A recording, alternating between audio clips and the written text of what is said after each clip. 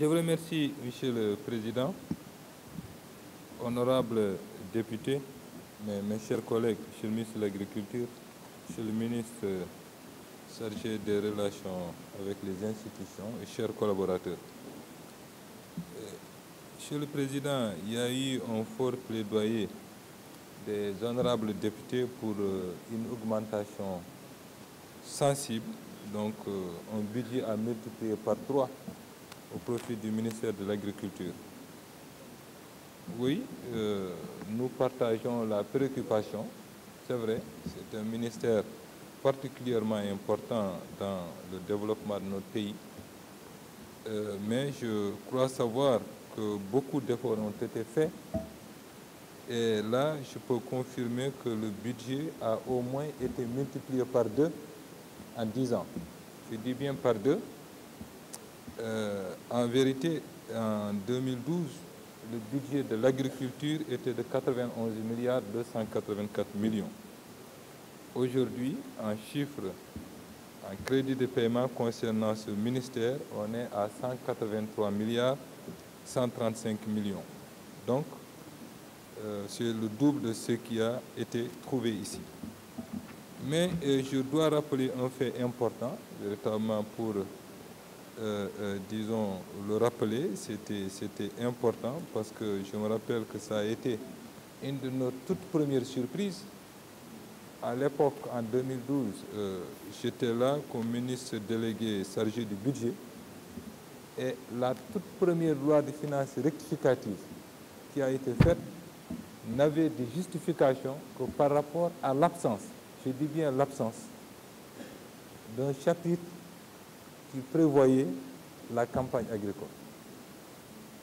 Il y avait 0 crédit pour la campagne agricole en 2012. Il a fallu donc travailler à avoir une loi de finances rectificative pour prévoir des crédits et les mettre là-dedans. Et c'est pourquoi on ne pouvait pas s'étonner, bien évidemment, de l'existence, comme mon collègue l'a rappelé tout à l'heure, des bons impayés. C'était ça. Il n'y avait pas de vision, il n'y avait pas de politique, il n'y avait rien. Je le confirme et allez visiter justement cette première loi de finances rectificative de 2012 où il n'y avait aucun crédit, je dis bien aucun crédit prévu pour la campagne agricole de cette année-là. C'est ça qui existait. Or, aujourd'hui, vous voyez dans tous les budgets depuis 2 ans, nous avons au minimum 60 milliards de crédits pour la campagne agricole. C'est ça, cette vision du président de la République. Donc je crois qu'à ce niveau, effectivement, donc, il n'y a pas de discussion possible. Il n'y a plus de bons impayés. Et comme on le dit, du fait que je suis poulard, ça ne choquera pas. Aujourd'hui, les paysans, ils vendent leur arachide avec en contrepartie d'un argent neuf, comme on le dit souvent pour l'aloco. Il n'y a pas de bons impayés, il n'y a rien du tout. Donc, honorable député, à ce niveau, il faut comprendre quand même qu'il n'y a véritablement pas de comparaison possible, parce que rien n'existait à ce niveau. Pour la convention de Maputo, et j'en profiterai aussi pour répondre à l'honorable député Mamadou Diop de Croix, je pense qu'à ce niveau aussi, si on prend globalement tout ce qui est alloué à l'agriculture au niveau des différents projets et programmes que nous avons, en l'occurrence les PRODAG, les pistes rurales, les forages ruraux et tout ce qui entre en tout cas dans le cadre d'un écosystème pour une meilleure agriculture, nous sommes à un budget de plus de 365 milliards. Donc rapporté à notre budget réel, comme je le dis toujours, donc hors salaire et hors service de la dette, naturellement, nous sommes au-delà donc des 10% de recommandations par rapport à cela. Donc là, je voulais quand même confirmer, honorable député, qu'à ce niveau, beaucoup d'efforts ont été faits. L'autre question est relative à l'interpellation de l'honorable député Mamadou Diop de Croix. Peut-être le président Serigne Cheikh, je demanderai à ce que vous lui transmettiez quand même la bonne réponse. En vérité, le président Mamadou Diop, disons, s'est plaint de la baisse du niveau de notre agriculture, de son taux au niveau de notre PIB. En disant que oui, donc au Sénégal, on n'atteint pas les 10%, alors qu'en Éthiopie, on est à 37% du PIB, en Gambie, on est à 26% du PIB, je l'ai trouvé en train de dire ça. Au Ghana, on est à 22,4% du PIB. Oui, c'est logique. Il fallait plutôt s'en féliciter. Et je crois que peut-être le président Mamadou manque de référence à ce niveau, il manque même de connaissances, j'allais dire simplement.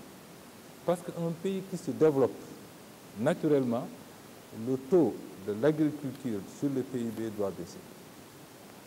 C'est logique, c'est ça la logique économique. Parce que si un pays se développe, normalement, son industrie doit se développer, ses services doivent se développer.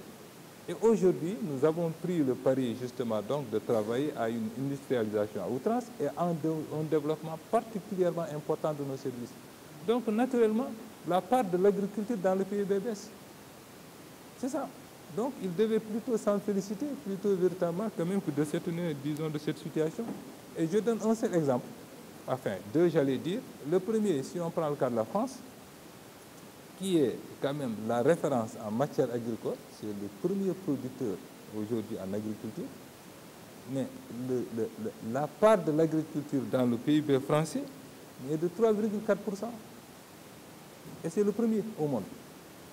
Si on prend les États-Unis, vous savez bien que c'est de gros producteurs aussi, mais leur part du PIB ne fait même pas 1%, il est de 0,9%. Donc fondamentalement, un pays qui se développe doit voir son niveau d'agriculture baisser au niveau de la formation du produit intérieur brut. C'est logique, quelle que soit la situation. Mais ceci n'est pas à confondre justement avec la baisse de la production agricole, encore une fois de plus. Peut-être c'est la confusion qu'il a voulu entretenir, mais qu'il comprenne qu'à ce niveau, mon collègue l'a rappelé tout à l'heure, que presque toutes les productions ont doublé en 10 ans, pour l'essentiel. Toutes les productions, elles ont doublé en 10 ans. Et là, c'est pourquoi tout à l'heure, on m'a donné quand même les chiffres, mon collègue les a rappelés, mais on peut le rappeler. En 2011-2012, on n'avait que 527 000 tonnes d'arachide. Contre, exactement, on parle de 1800, mais exactement, c'est 1 797 000 tonnes.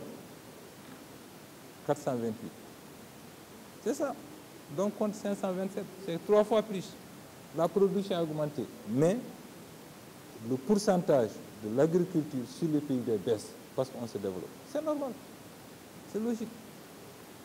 Pour la production horticole, 905 000 tonnes, on est aujourd'hui à 1519 000 tonnes. Voilà, ça a augmenté. Mais la part de l'agriculture baisse. Il faut que vous que la production a augmenté de partout, parfois multiplié par 2 ou par 3. Mais naturellement, pour un pays qui se développe, la part de l'agriculture dans le PIB baisse. C'est logique. On a les infrastructures. Tali, ça fait contribuer à la formation de notre produit intérieur brut.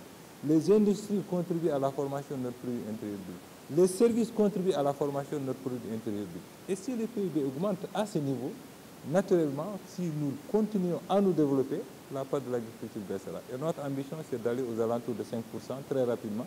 Pourquoi pas, et baisser encore à moins que ça, si tout se passe bien. Voilà, donc, Monsieur le Président, honorable député, les quelques éléments de confirmation. Merci bien, Monsieur le ministre. Merci, Monsieur le ministre. Merci, Monsieur le ministre. Merci bien, Monsieur le ministre.